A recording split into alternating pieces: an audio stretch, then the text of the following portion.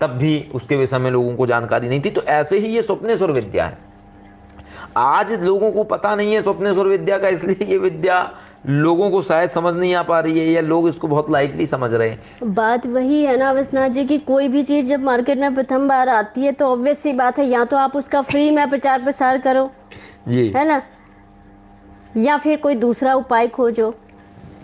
तो बात वो, अब जादू की कला तो किसी के पास में होती नहीं है, क्योंकि जादू की कला सिर्फ और सिर्फ परमात्मा के पास में है, चमत्कार सिर्फ परमात्मा के हाथ है, व्यक्ति के हाथ नहीं है। ठीक है, तो ये चीज होती है। और जो प्रथम व्यक्ति होता है, प्रथम व्यक्ति किसी भी चीज का जो सृजन करता है, चाहे वो कोई विद्या हो, चाहे वो कोई प्रोडक्ट हो, चाहे कुछ भी हो, उसका उद्देश्य कभी गलत नहीं होता। वो एक सही तरीके से किसी चीज का क्रिएशन करता है। लेकिन क्या होती है, जो बात होती है ना, जिस तरीके से एक घेरे में एक बात जब पहुंचती है तो वो अंतिम व्यक्ति तक पहुंचते पहुंचते उसका स्वरूप ही बिगड़ जाता है। तो सेम ऐसे ही आज के समय में विद्या हो गई है, चाहे वो किसी भी, चाहे आप स्वप्न विद्या की बात करिए, चाहे अब आज के टाइम में ये मानस विद्या जो कि अभी 4 साल पहले ही हम लोग खुद लेकर के आए हैं, इस विद्या का भी यही हाल हो गया है कि हर दूसरा व्यक्ति उठ करके आज मानस विद्या में एक्सपर्ट बनने का प्रयास करता है। और इसका स्वरूप भी लोगों ने वैसा ही बना दिया जैसे वर्तमान समय में तंत्र साधना का जो स्वरूप है, तंत्र विद्या का स्वरूप बिगड़ गया है।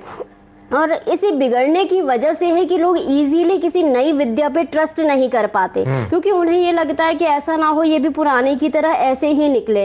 तो एक जो ट्रस्ट होता है ना, ये जनरेट करने में बहुत वक्त लग जाता है। किसी चीज़ का डिस्ट्रक्शन करने के लिए क्या चाहिए, 1 सेकेंड का वक्त लगता है, लेकिन एक मकान का निर्माण करने में बहुत लंबा वक्त लग जाता है। तो ये समझने का विषय होता है कि आप किस तरीके से समझते हैं। अगर कोई व्यक्ति मार्केट में एक नई विधा उतार रहा है, नई चीज़ को लेकर के आ रहा है, तो वो निश्चित ही एक अच्छे उद्देश्य के साथ में आता है। लेकिन अभी हथियार का आप गलत तरीके से उपयोग करो तो ये आपके ऊपर निर्भर करता है। अब ये है ना, अब जैसे मान के चलो, जब मानस विद्या हमने हाईलाइट की थी, आप और हमारे समक्ष की ही बातें हैं कि हमने पहली एनर्जी ट्रांसफॉर्मेशन, जब मार्केट पकड़ना होता है ना, जीरो से आदमी को स्टार्ट करना होता है, पहला एनर्जी ट्रांसफॉर्मेशन हमने 11,000 में किया था, पहला सिद्धि ट्रांसफर।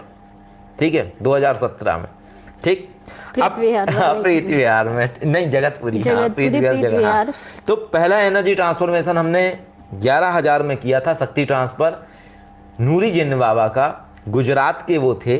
ठीक है, अभी तो मैं भी नाम भूल गया, बहुत टाइम हो गया, लेकिन उनका बीच में शायद कम्युनिकेशन हुआ था 2-3-4 साल पहले, कि बहुत बढ़िया चल रहा है, बहुत अच्छा उनका एक्सपीरियंस है। 11,000 से शुरू किया, फिर उसकी फीस कुछ समय बाद 31,000 हो गई, जैसे मार्केट पकड़ लिया, क्योंकि उस समय नूरी जिन कोई जानता ही नहीं था, काय का नूरी जिन, कैसा नूरी जिन। ठीक है, धीरे धीरे और मार्केट पकड़ा तो 31,000 फीस हो गई, थोड़ा और मार्केट पकड़ा, कुछ समय बाद तो 60,000 फीस हो गई। ऐसे मार्केट में पकड़ बना बना के इस चीज़ ने 2017 से अब तक में 2021 तक में ये नूरी जिन परिवर्तित होते होते वी नूरी जिन में कन्वर्ट हो गए, क्योंकि आदमी अपग्रेड होता रहता है, उसकी पद्धतियां प्रणालियां अपग्रेड होती रहती हैं, वो सुधार करता है अपनी पहले की चीज में। ठीक है, तो आज के समय में यहां तक आ गई बात। और आज के समय की जो एनर्जी ट्रांसफॉर्मेशन की प्रेजेंट की फीस है, जो कि दिसंबर में बढ़ा देने वाले हैं हम दोबारा से। ठीक है, तो वर्तमान की फीस 4,72,000 है। 11,000 से 4,72,000, 4,72,000 रुपीज तक आना अपने आप में बड़ी बात है। ठीक है, और अगर एक तरीके से देखा जाए तो बड़ी जल्दी ग्रोथ किया है इस कॉन्सेप्ट में। ठीक है, लेकिन इसकी ग्रोथ करने के पीछे का भी एक रीजन है, और वो रीजन ये है पकड़ बनाना। इस चीज़ में पकड़ बना ली बहुत तेज़ी से, इसके रिव्यू बहुत ज़्यादा थे, लोगों का इस पे जो फीडबैक था वो बहुत अच्छा था। ठीक है, ऐसे ही प्रिया सोदनी देवी 19 चाण, ठीक है, उनका भी जब किया था तो उसके भी फीस 11,000 थी। ठीक है, दोनों की उस समय 11,000, वहाँ से यहाँ तक का है। तो ऐसे ही आज के समय में ये स्वप्नेश्वर विद्या है। आज के समय में अगर इस विद्या को मार्केट अगर हम पकड़ाएंगे तो आज भी इसको जीरो लेवल से शुरू करना पड़ेगा। लेकिन फ्यूचर में 4 और यूट्यूबर्स खड़े हो जाएंगे जो स्वप्नेश्वर विद्या ही प्रदान कर रहे होंगे। ठीक है, तो वो तो देखो ऐसा है, कॉपी करने से, नकल करने से आप नहीं रोक सकते। मधुमक्खी अगर ये सोचे कि मेरा शहद इंसान चुरा लेगा और वो सोचे कि मैं शहद बनाना ही छोड़ दूं, तो फिर वो बेवकूफ़ी है, मुझे ऐसा लगता है। बिल्कुल। लेकिन इतना जरूर कर सकती है मधुमक्खी के छत्ता इतनी ऊंचाई पे लगा दे कि अगर कोई आंडू पांडू तोड़ने की कोशिश करे तो वो अगर पैर फिसले तो गिरेगा सीधा सिर केवल।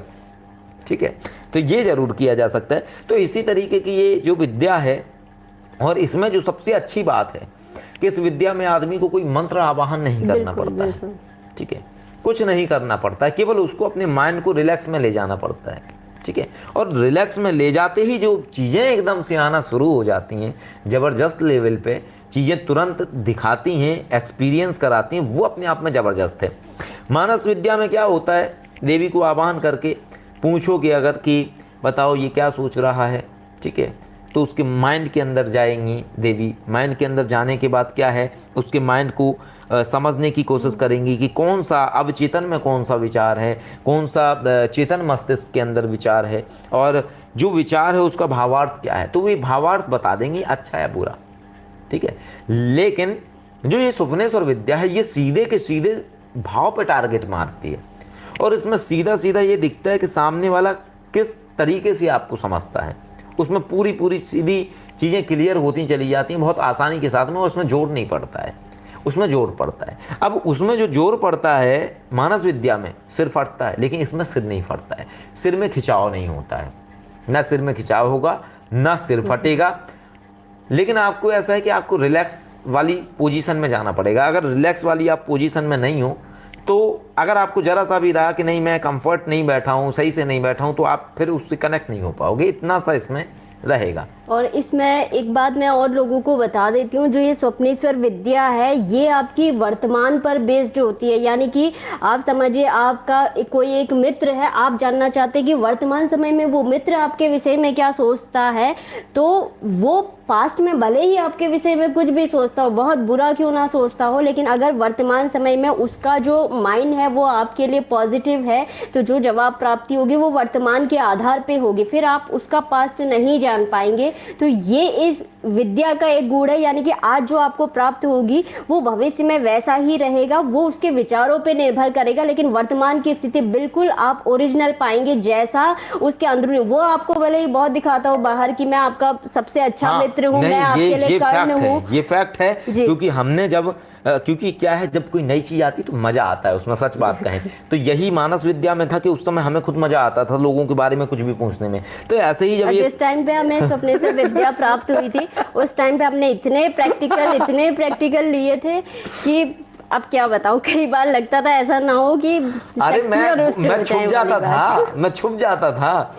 आपको भी उसमें क्या है, उसमें मजा आता है। लेकिन सबसे बड़ी बात क्या होती है कि आदमी की जिस चीज में रुचि होती है, व्यक्ति की जिस चीज में रुचि होती है, उसको उस चीज में बहुत मजा आता है। जैसे विश्वनाथ जी को देखने में बहुत मजा आता है, क्योंकि जब इस तरीके की कोई चीजें होती है, कोई गूढ़ बातें होती है, तो उनको देखने में मजा आता है, और हमें आता है मजा समझने में, उस चीज का विश्लेषण करने में। जितना गहरा आप जा सकते हैं उतना ज्यादा, और वो गहरे में ले जाने वाले योगेश्वर श्री कृष्ण जी हैं, क्योंकि जितना गुण वो देखते हैं उतना एक और है इसमें भैरवी शिवकेशी जी बात की, क्या है कि जो ये स्वप्नेश्वर विद्या है, होता क्या है, ज़्यादातर लोग विफल क्यों हो जाते हैं, एक हास्य के रूप में मैं समझाऊंगा, ठीक है, लोग समझने की उसको केवल कोशिश करें।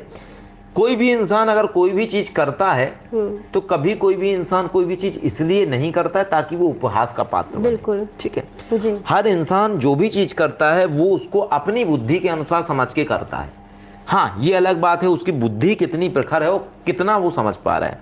अब कई चीज़ें हैं, जैसे कोई है तो एक मानिए एक थे, ठीक है, तो वो क्या है कि उनके सामने कोई आया व्यक्ति, उसने कहा बाबा जी हम बड़े दुखी हैं। वो बैठे, ये समोसा क्यों दिखाई दे रहा है हरी चटनी के साथ में, कृपा कहीं रुकी हुई है, समोसा खाना शुरू कर दो, कृपा आनी शुरू हो जाएगी, ठीक है। अब क्या हुआ इसके अंदर, जो आदमी एक भरी सभा में बैठ के ये बोले कि समोसा खाने से कृपा आनी शुरू हो जाएगी, वो आदमी बेवकूफ़ नहीं है, वो आदमी बेवकूफ़ नहीं है, क्योंकि बुद्धि हर मनुष्य के अंदर है, ठीक है। और जो इतना बड़ा सेटअप बनाने के बाद कुर्सी पे बैठ के कहे समोसा खाओ, चटनी खाओ, कृपा आएगी, कॉन्फिडेंस के साथ कैसे कह सकता है, कह ही नहीं सकता है। इसका एक ही सिद्धांत है कि वो वाकई में देख रहा है, ठीक। अब विषय ये आता है कि जब वो वाकई में देख रहा है तो क्या वो भ्रम में है, ठीक है, या क्या है, आखिर वो इतने कॉन्फिडेंस से कैसे कह सकता है कि समोसा हरी चटनी के साथ खाओ तो ऐसा हो जाएगा, ठीक है। और कई लोगों के साथ ऐसा हो गया, ठीक, चलने के लिए गाड़ी, ठीक है, क्योंकि ये सूत्र पे है। एक बार आ गया सटीक सूत्र और 4 बार आ गई पहेली। एक सटीक आ गया, एज इट इज आ गया, और 4 बार आ गई पहेली, ठीक है। अब एक बार सटीक आ गया तो सटीक वाले का काम बन जाना है, और 4 पहेली वाले का काम नहीं बनना है, ठीक है। अब 4 पहेली वाले का नहीं बनना है तो उनको वो कॉमेडी लग जाएगी, ठीक है। और अब इसमें कॉमेडी बनवा भी वो खुद रहा है क्योंकि उसने नॉलेज पूरी नहीं दी। यही है स्वप्नेश्वर विद्या का पूरा सार, कि दिखती चीजें केवल आपको उस आधार पे हैं। अब बुद्धि नहीं है तो अब तुम्हें वही है कि तुम्हें सामने वाले ने क्वेश्चन किया कि मैं अपनी कपड़े की शॉप खोल रहा हूं 2021 फरवरी में, आप ये बताइए क्या ये शॉप खोलने के बाद मुझे लाभ मिलेगा या नुकसान मिलेगा, ठीक है। अब जिसके पास ये विद्या है आंखें बंद कर ली उसने, ठीक है, या देखने लगा, ठीक है। अब दिखाई दिया उसको कि एक जने हैं उनको लाठियां पड़ रही हैं पिछवाड़े में, ठीक है, ठीक। अब बुद्धि है नहीं उनके अंदर क्योंकि उनको तो पता ही नहीं है डिकोडिंग का मतलब क्या होता है। तो जो आया उसको एज इट डाल दिया, बोला कि कृपा रुकी हुई है, तुम्हें चूतड़ में 4 लाठियां खानी चाहिए। तुम्हें जो आया उसको एज इट डाल दिया, बोला कि कृपा रुकी हुई है, तुम्हें चूतड़ में 4 लाठियां खानी चाहिए। तुम्हें अपने हिप्स में, हिप्स बोल देते हैं क्योंकि सभ्य भाषा है, क्योंकि उसको थोड़ा सम्मान भी देना चाहिए क्योंकि लोगों को, कुछ लोगों को अशोभनीय भाषा लग जाए, ठीक है। तो 4 लाठियां जब आप खाओगे तो कृपा मिलनी शुरू हो जाएगी और इससे आपका काम रुकेगा नहीं, ठीक है। अब क्या हुआ इससे भैरवी शिवकेशी जी, अब इससे ये हुआ कि उसमें सटीकता तो बता दी गई उस दृश्य के अंदर, ठीक है, सटीकता बता दी गई, लेकिन वो सटीकता ना आके उसको सीधा का सीधा वो दे दिया कच्चा मटेरियल। कोई कच्ची सब्जी नहीं खा सकता है, किसी को आलू दे दो कहो खा लो, कच्चा आलू कैसे खा लेगा, और खाएगा तो नुकसान उसका ही होना है। बात वही है ना कि जो रिशु जी बात कर रहे थे कि रॉ मटेरियल नहीं होता है, तो यही तो हम बार बार यही समझाने का प्रयास करते हैं, रॉ मटेरियल ही मिलता है। एक साधक जो आपके सामने प्रस्तुत करता है डिकोड करने के बाद में, विश्लेषण करने के बाद में, वो बहुत सरल होता है, वो एक बना मटेरियल होता है जो आप लोगों के सामने प्रस्तुत किया जाता है। एक साधक से पूछिए उसको किस तरीके से प्राप्त होता है और कितना वक्त लग जाता है उस चीज को सुलझाने में। स्पेशली अगर कोई चीज आपको पहेली में प्राप्त होती है या फिर एक वाक्य में, श्री कृष्ण जी जैसी अगर आपको एक लाइन दे दी जाए, श्री कृष्ण जी के जैसे शब्द होते थे उनकी मैं बात कर रही हूँ, ऐसे दे दी जाए तो कैसे सुलझाओगे? 5-5 साल लग जाते हैं एक चीज को सुलझाने में। तो इतना टिपिकल होता है, ऐसा रॉ मटेरियल प्राप्त होता है शक्तियों से जुड़ने पे। लोग समझते हैं शक्तियों से जुड़ना, सिद्धियों से जुड़ना बहुत आसान है, बहुत मुश्किल है, किसी पढ़ाई से कम नहीं है, किसी यूनिवर्सिटी से कम नहीं है। वही है ना, लोगों को क्या है, हर चीज आसानी से लगती है, लेकिन अगर ये चीज इतनी आसान है तो हर आदमी कर ले, फिर बिल्कुल कर क्यों नहीं पा रहा है? तो यहीं पे आदमी गलती करता है और वही गलती के कारण उसका उपहास का पात्र बन जाता है, ठीक है। आप किसी को बताओगे, लेकिन ये डिकोड करना सीखना अपने आप में एक अलग लेवल की चीज है, ठीक है। बहुत सारे लोग हैं जो उसको नहीं कर पाते हैं, ठीक है। किसी ने कहा कि मैं दुकान पर जा रहा हूं, मेरा ये काम होगा कि नहीं होगा, ठीक है। अब जो व्यक्ति हैं जिनके पास विद्या है उन्हें दिखा, ठीक है, कि एक आदमी है गोबर में पड़ा हुआ है, ठीक है, उन्होंने तुरंत उसको बोल दिया बाहर मत निकलना, बाहर निकलते ही तुम गिर जाओगे, गोबर में फंस जाओगे, ठीक है, अशुभ हो रहा है, ठीक है। तो बात केवल यही बुद्धि की, ऐसी हैं शक्तियां, इसी तरीके की विद्याएं होती हैं, यही विफलता होती है।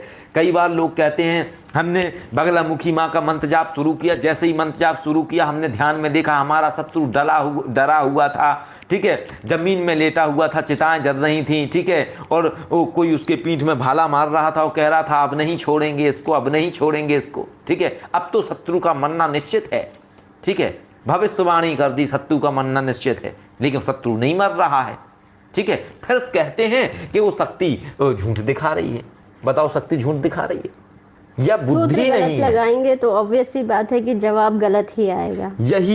यही कारण है, इसलिए लोग भ्रम में फंस जाते हैं। ध्यान में दिखने वाली हर चीज गलत साबित हो जाती है क्योंकि ध्यान में दिखने वाली हर चीज पहेली बन के आती है।